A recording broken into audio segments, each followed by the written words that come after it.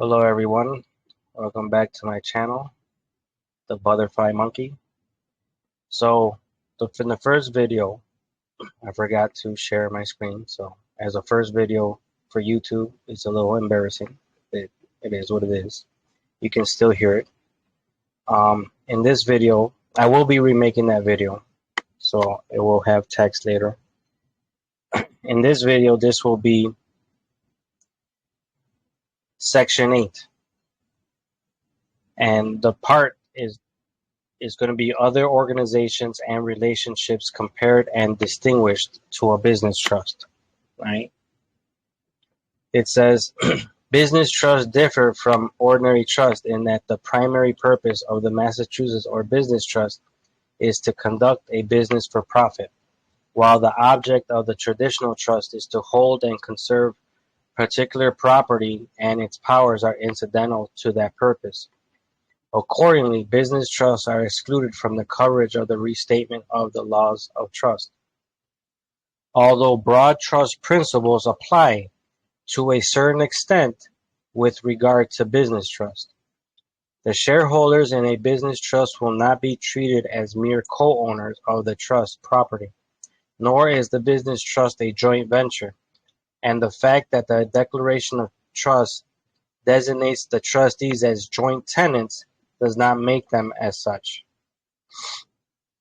Although the business trusts are, in some jurisdictions, treated as associations and considered to be associations for particular purposes, for example, for federal tax purposes, business trusts may, properly speaking, be distinguished from associations. The relationship between members of a true association involves an element of mutual association and organization which does not necessarily exist between the shareholders of a business trust. Thus, it has been held that an organization created by an instrument of trust settling absolute title and control of property and complete supervisory powers in trustees and giving shareholders no rights other than to receive dividends and share in the property and dissolution of the business cannot be deemed an association of the shareholders as contemplated by a statute providing for suit, attachment, and service of process against an association if it were a corporation. So that right there, should be a given. A sociedad anónima of the Philippine Islands, right, were their version of the business trust. Sociedad Anónima of the Philippine Islands, although said to have no exact counterpart in our law, apparently bears a close resemblance to a business trust. That might be a good court case to read. It says number 8 for the annotations.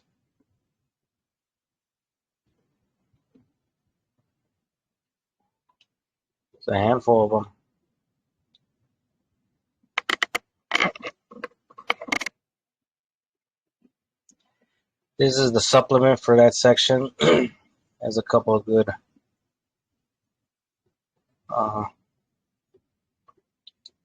opinions of the court. While the object of any ordinary trust is to hold and conserve a particular res, a business trust which resembles the traditional trust in name only is simply a convenient medium for conducting business and sharing profits. Carey versus U.S. Industries. Morsi and Commissioner is a highly recommended court case to read. It's one of the first ones, and for sure where they established the principles of what encompasses, right, the characteristics of what is an association. So these people, they were a trust, but their powers and the way they function, they organized themselves, was in a corporate capacity, and they were found to be an association. So that means that they were never incorporated or anything. They wrote their documents as they were a trust and had trustees and so forth. But like I said, your activities and conduct and so forth, that all applies. Rules evolved to govern the traditional type of trust. Rules evolved to govern the traditional type of trust cannot be carried over and applied without change in the field of business trust, created not to conserve an estate or guarantee a steady income to certain beneficiaries, but to aggregate capital contributions of the associates for the purpose of conducting an extensive and complex business which ordinarily would be carried out by a partnership or corporation. So this is like a definition for it, right? But here they have it where the original trust, right? The ordinary trust, right? Not to conserve, right? So that means that an estate guarantee a steady income, which is what ordinary trusts do, right? You have passive income, passive investments, and so forth. You're not doing something specific that the whole organization, your trust, or that ordinary trust, can be construed as doing business, because that's the whole concept about doing business. But that's the ordinary trust.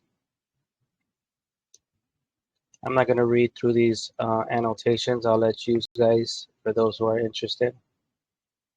Section 9, corporations. It is generally held so far as pure legal principle is concerned, and apart from any declaration to the contrary in a statute or constitution, that a Massachusetts or business trust is not a corporation. So, as far as a pure legal principle, a business trust is not a corporation. Inasmuch as there are obvious, important, and fundamental differences between the two types of organizations. But while a business trust is not a corporation, it has some of the attributes of a corporation and is similar in its practical effect. Thus, the corpus of the trust corresponds to the capital of the incorporated company, the trustees to the board of directors, the beneficiaries to the stockholders, the beneficial interest to shares of stock, and the declaration of trust to the charter.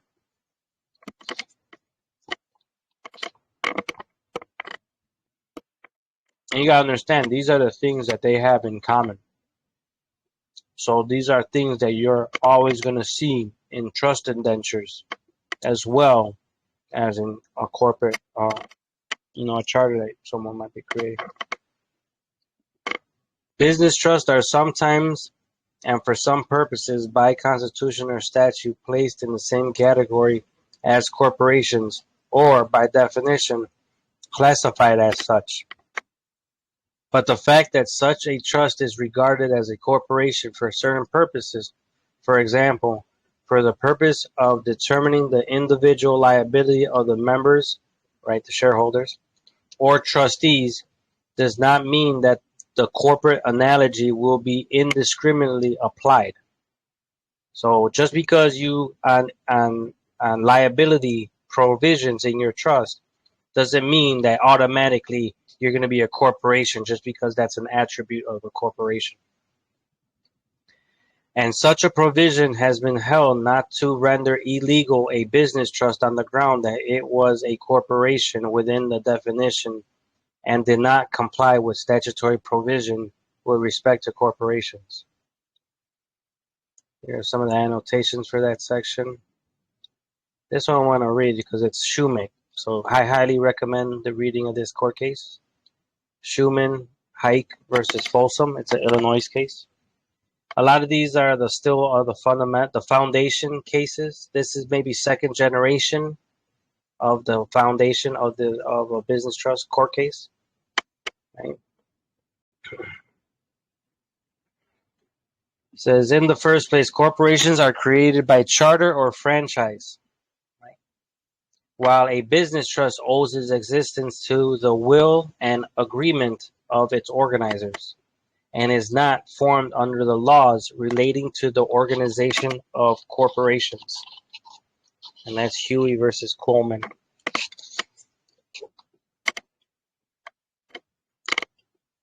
In Schumann, the business trust is fundamentally different from the corporation.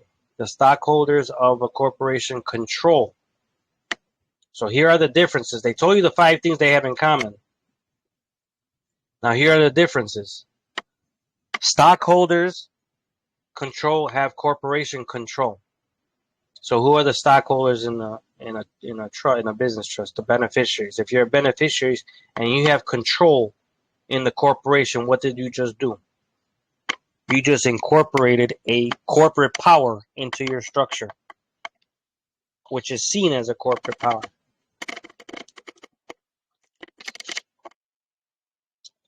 Through the board of directors, the business of the corporation, while the unit holders of the business trust have no mutual rights and obligations and do not control the action of the trustees.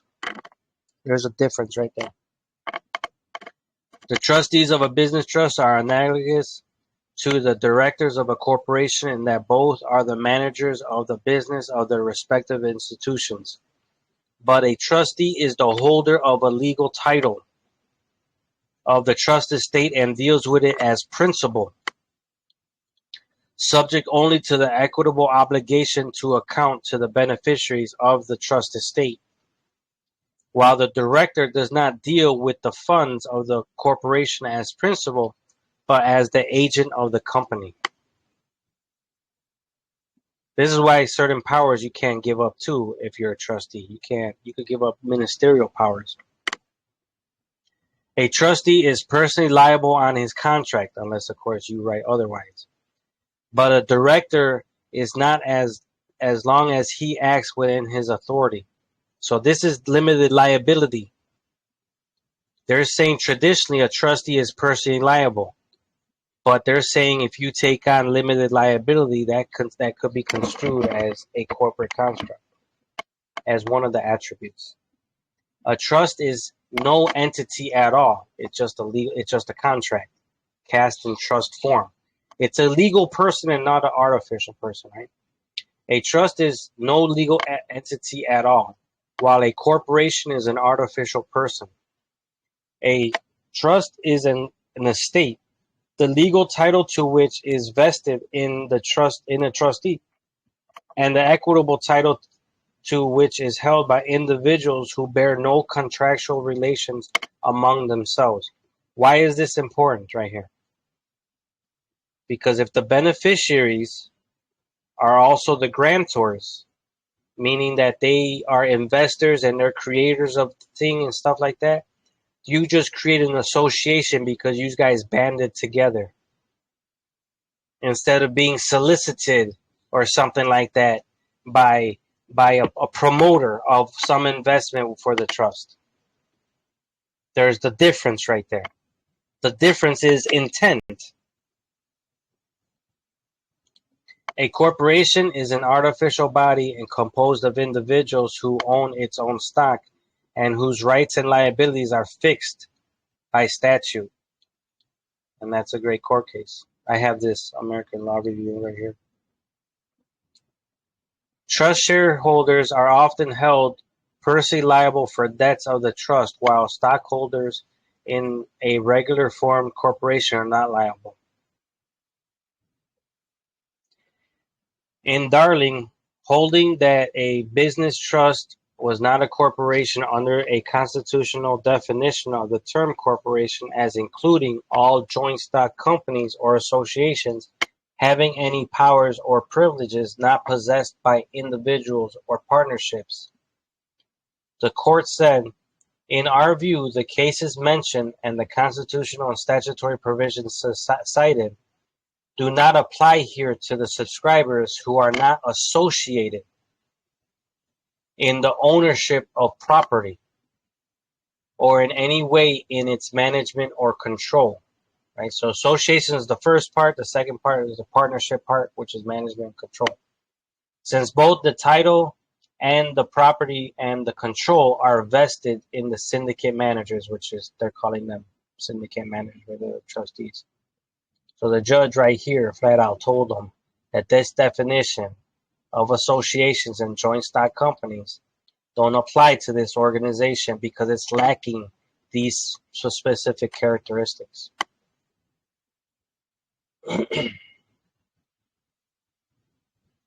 Business trusts share with corporations the characteristics that title to the property is not vested in the holders of the beneficial interest. There is centralized management. There may be transfers of a beneficial interest. The liability of shareholders is limited, and the continuity of the organization is not interrupted by the death of a shareholder. See, now read this case right here, State Street Trust Company versus Hall, right? And then read the part up above when for the other case. Those two court cases will give you what you need. Literally not to be categorized as one of those corporate entities. No how else to put that, but that's how it is. Like a corporation, a business trust has its own profits and losses, and the shareholders, like stockholders, have none, except through a medium of trustees and in the form of dividends or assessments. Right? So it says a business trust has its own profits and losses, right? Just like a corporation. And the shareholders, like stockholders, have none, which is true. If your documents are correct, they're not entitled to, or no, they're not entitled to demand anything. They're sitting there and waiting. And in our case, it's when we decide that, under the discretion. But that carries liabilities too, so you got to be aware of that. And I'm going to skip most of this. That those who are interested to continue on those annotations. So Section 10 is partnerships. It is often stated generally that a business trust is not a partnership and that the members or shareholders thereof are not partners. But while there are essential differences between a business trust and an ordinary partnership, certain courts have stated generally that business trusts are partnerships and that the members or shareholders thereof are treated as partners. Now, for this specific statement, you have to look up what that court case is and why they got found, for what reasons, what's the context of why they were hit as partnership. Probably a Texas case if we really look. Florida case. Kentucky, but there's a couple of them involving liability of members for debts as partners must be joined as an action by or on behalf of the trust. Still, gotta read the specifics, the reasoning behind the judge's opinion. But for the most case, a lot of it is going to be because of some public policy.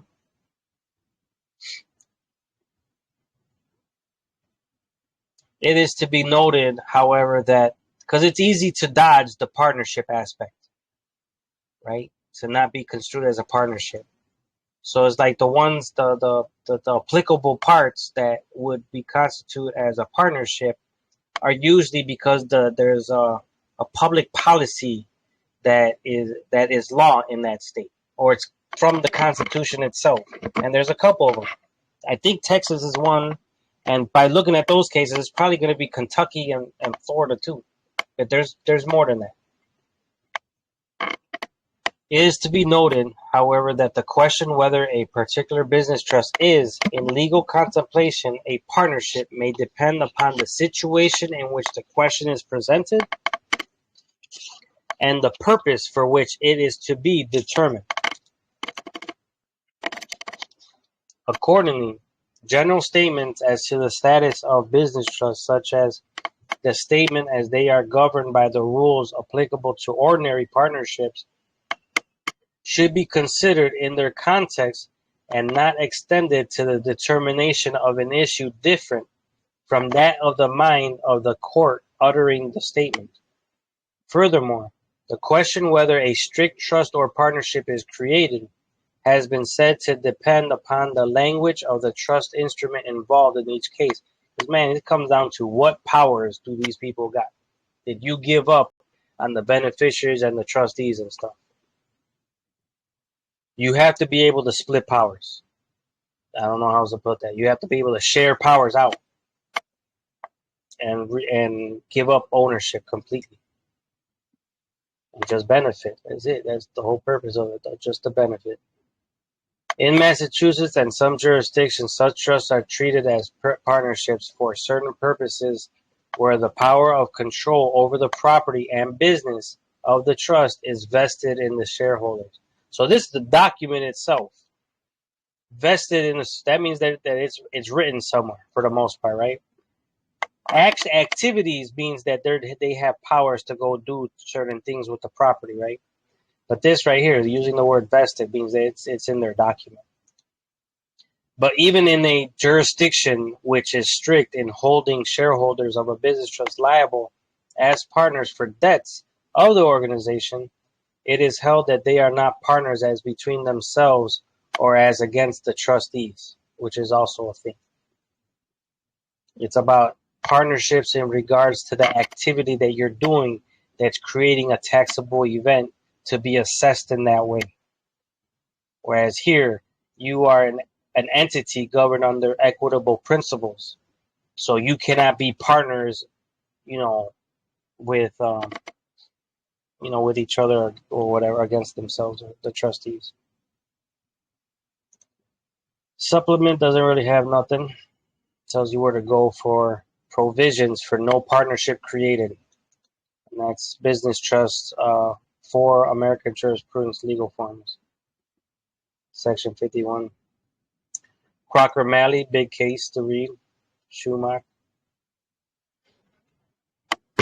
The thing about this document here, this is a 1998 document, right? Whereas the book that I have learned and studied from, well, two of them, the earliest one I have is 1968, I think, or something.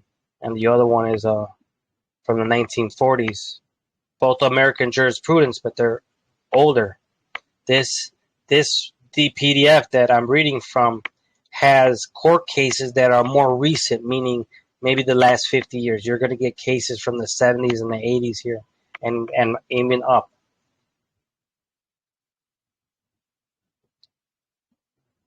In an ordinary partnership, membership is limited to those people selected by the individual partners as for their personal qualifications.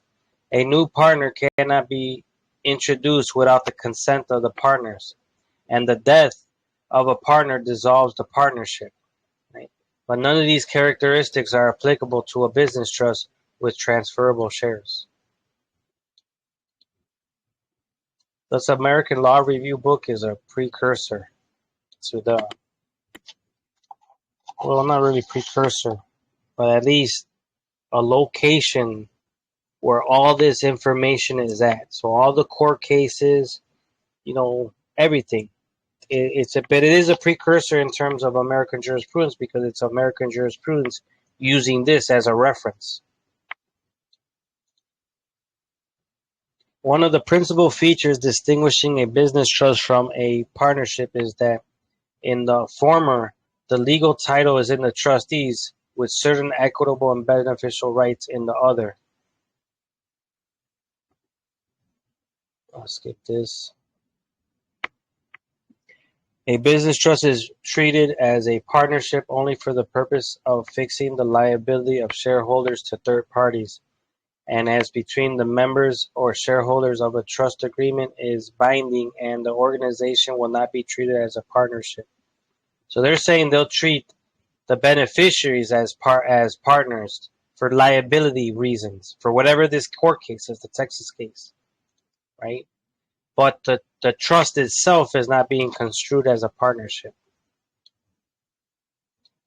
So this is for whatever it is that they have in their statutes or their constitution. This other portion. Section 11, test for determining true nature of organization. So this is the control test.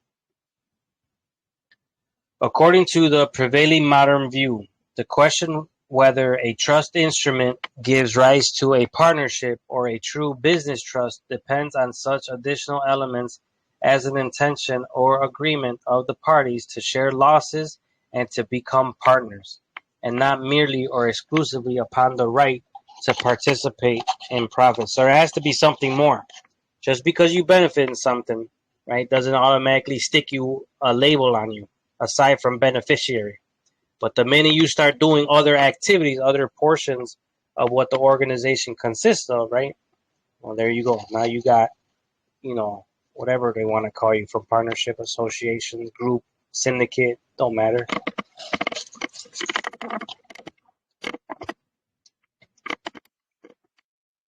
The criterion most frequently applied in determining whether an organization in the form of a Massachusetts or business trust is, in legal effect, a true trust or a partnership, and which a particularly applied in determining whether or not shareholders are liable as partners for the debts of the trust, is the control test, right? And that's to find out if the beneficiaries will be held liable as partners. According to this doctrine, whether an organization in the form of a business trust is a true trust or a partnership depends upon the manner in which the business is to be conducted and upon the repository of the ultimate power of control over the affairs and property of the concern. And of course, concern means business. So what did they just say? If the beneficiaries have control over the affairs and property. If under the trust agreement, so that means you wrote that power down, and you're not just doing it willy-nilly, right? The trustees are vested with title to its property and with the exclusive right to manage its business and conduct its affairs free from the control of the shareholders. The organization is treated as a trust. But if the trustees are subject to the control of the shareholders in these particulars and the shareholders have a real mastery over the affairs of the concern, the organization is treated as a partnership and the shareholders as partners. This can't be bigger. The only thing that's missing out of this whole conversation here, powers retained by the grantor. But it's all similar, meaning the outcome. Who's going to get hit with what liabilities? Who's going to get hit with what? It's that ownership. It's being passed around like a football. And it's all dependent on what powers you're giving up. You're putting in the document. So for all you revocable trust or irrevocable trust guys, is something to pay attention to. Irrevocable is always best, but an understanding of irrevocable means that you have the ability, the foresight to write provisions for possible scenarios in the future. To have it in place so some statute doesn't kick in or something has to be amended or something. There's always something that the trustees could lean to, go to, or conduct themselves to make it happen. And that's ultimately, the quality of trustees and your kids and critical thinking and whatever else.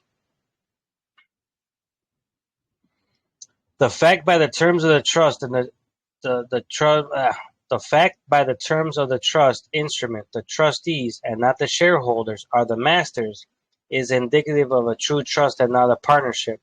On the other hand, where the instrument constitutes the trustees merely managing agents and not principals, the organization will be treated as a partnership. And this is why, again, as a trustee, right, you don't give away or delegate out your administrative powers. Once you give up your administrative powers, you're not a principal no more. You're not that real legal owner anymore, except by name. But the activities, the offices, the activities that make the office have been given away. That's lawmaking power. You can't do that. It's forbidden in the Constitution here. You can't. The Congress can't delegate lawmaking power to agencies, to federal agencies, and you can't either. Otherwise, what? You'll be construed as something else. Whether if for the U.S. Constitution, what would that mean? That would mean fucking some type of fascism or socialism or something. I'm just saying. Right? You're giving the like it is today, technically too. Managing agents as principals, the organization will be treated as a partnership. And this result follows, although the control is to be exercised through a business manager. Same thing. The business manager is not a trustee. He's a guy that the trustees contracted with. He's supposed to be subservient, where he is an agent of the beneficiaries for that purpose. So you hire a business manager and he's considered an agent for the beneficiaries. Or at least in this case, where he isn't the agent. It is generally held that under the control test, control is to be measured by the potential residing in the shareholders under the terms of the instrument, right, rather than by the degree to which it has actually been exerted. So it's just you having the power in the document, and not if you used it or not. Factors indicative of ultimate control of a business trust, and hence whether it is in legal contemplation of true trust or a partnership, include the right of the shareholders to annually or regularly elect trustees. That's a no-no. To remove the trustees at any time without cause. So could this one's specific, to remove trustees at any time without cause. Now, what about if you have cause? What would cause be? And it would be, of course, in a conjunction with whatever the trust agreement says. What is it that the grantor put in the trust to give power to the trust, to the beneficiaries, to remove a trustee? What would cause that? What type of fraud has to happen? What kind of deceit has to happen? And by what authority? Like I wouldn't write a provision where the beneficiaries have direct power. I would write a provision where the beneficiaries have the power to go and submit it to a court and have them interpret what just happened. What you believe is your cause that they violated. But that's to say, if you were going to put such a provision for that type of power for your beneficiaries to have. These are treated in detail under the discussion of shareholders' liability, where the question of trust or partnership is particularly apposite. This means to be apt, like well versed. So they're saying the section where shareholders' liability is specifically built for this discussion. It may be noted, however, that in resolving this question, the courts generally refer to a combination of factors rather than to any single factor as constituting the ultimate power of control. So even then, they're telling you a combination of factors. But no doubt for sure, just writing it in your document, giving that power, especially if it's like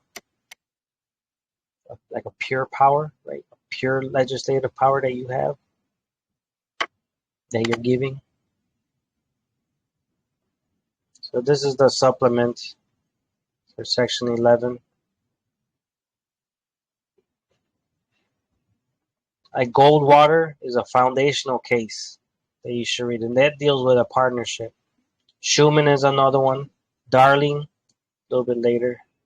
Schumann was a little bit later. Heck versus Malley was a foundational case in the early years.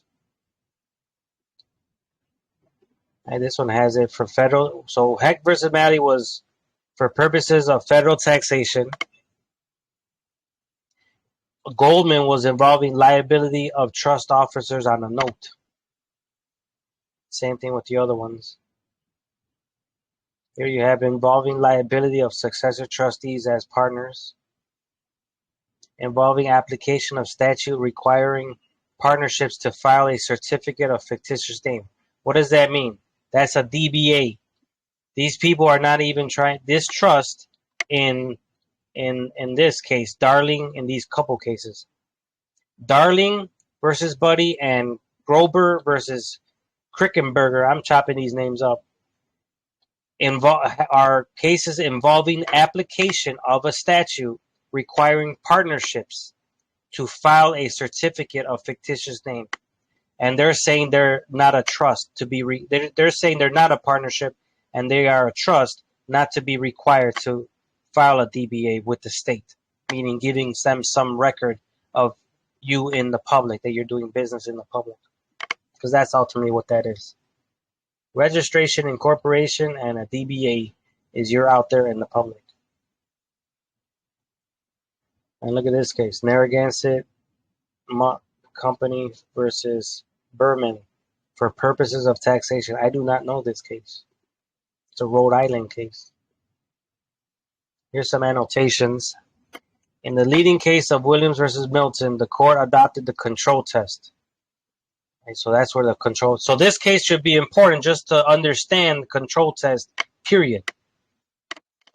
Holding that where title to the property and the exclusive management and control of the trust business are vested in the trustees, and the sole right of the shareholders is to have the property administered in their interest, their beneficial interest, by the trustees, and to receive the income from the business and property and share in the corpus when the trust comes to an end. The organization is a true trust and not a partnership. The question involved in this case was whether the trust amounted to a partnership for the purposes of taxation. Gotta go find what specific tax, what activity they were doing. Gotta read the case for that. A true test of such a trust seems to be to determine whether the relation between the parties is that of principal and agent or trustee and beneficiary, and whether the subscribers are separate from direct interest, ownership, and control of the property and affairs of the trust. Brown versus Beto, involving liabilities of members.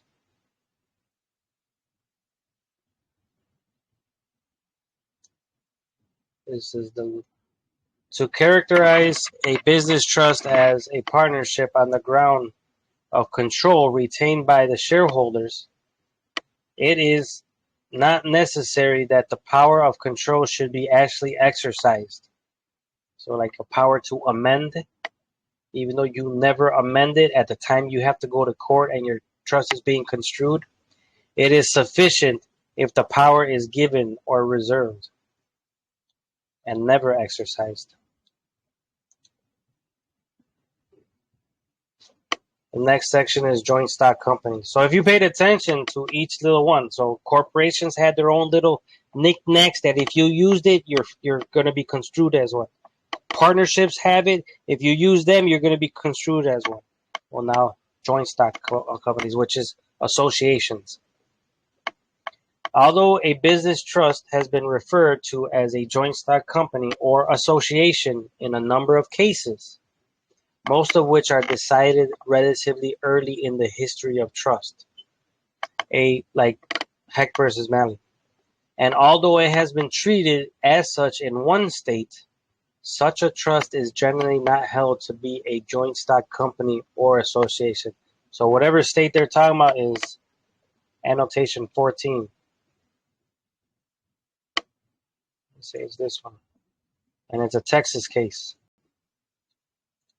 A business trust engaged in the mercantile business is a joint stock company under a statute governing such companies, and the shareholders are liable as partners, although the trust instrument vests exclusive control over the trust property and business in the trustees and purports to exempt the shareholders from personal liability. So these are literally provisions that you would have in your trust. Got to read the case to find the reasoning behind it. They're stating here that it is under a statute governing the companies, such companies. So more specifics is that. I don't recall ever reading that case. The relationship between stockholders and managers is basically different in the two institutions. In a joint stock company, the managers are agents for shareholders, just like in corporations. They just told you something that's synonymous for a joint stock and a corporation. But in the case of the business trust, the trustees are principals and the shareholders are sesquiu trustant, which is just beneficiary. And it has been said that it would be unnatural to group together the beneficiaries and the trustees of a Massachusetts real estate trust, and that was Heck versus Manley, and to convert them into a joint stock association by uniting their contrasting functions and powers, right? Opposite powers, right? Powers that they don't have similar. They're saying it would be unnatural to group them. Nevertheless, attempts to create a business trust may result in an organization in the nature of a joint stock company where the shares are evidenced by transferable shares. The trustee is divested of control and made subservient to the beneficiaries. The management of the association is vested in a committee, that's a board. And it is apparent that the parties do not intend to create a partnership. All these things could be dodged. For each characteristic, for each group. Avoided is probably the proper term. Avoidance. Here's a footnote. The business trust engaged, oh, that's the one I read. So Thompson versus Smith, if you guys want to push on that. A Massachusetts trust is usually nothing more or less than a joint stock association. And this, they don't tell you why here. Here, at least they gave you reasons. Under this Texas case, Thompson case. You hear this other Texas case, they just gave you this little statement for whatever reason in this book, in American Jurisprudence.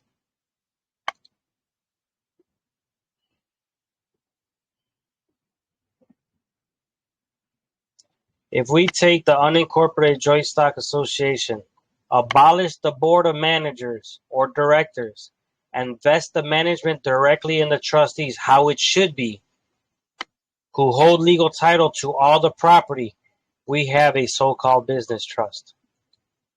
And this is a law review. There's 2 law reviews that I've seen that I need to look up because I don't know them. I don't have them. And that'll be it. So the next section is going to be part 2 of this chapter for business trust under American Jurisprudence, under creation, organization, and duration. So starting with section 13. So I hope you liked what you guys heard. Comment what you guys, and for sure subscribe. And I will be remaking the other video so you'll have text to be able to flow with the reading. All right. Have a good night and enjoy.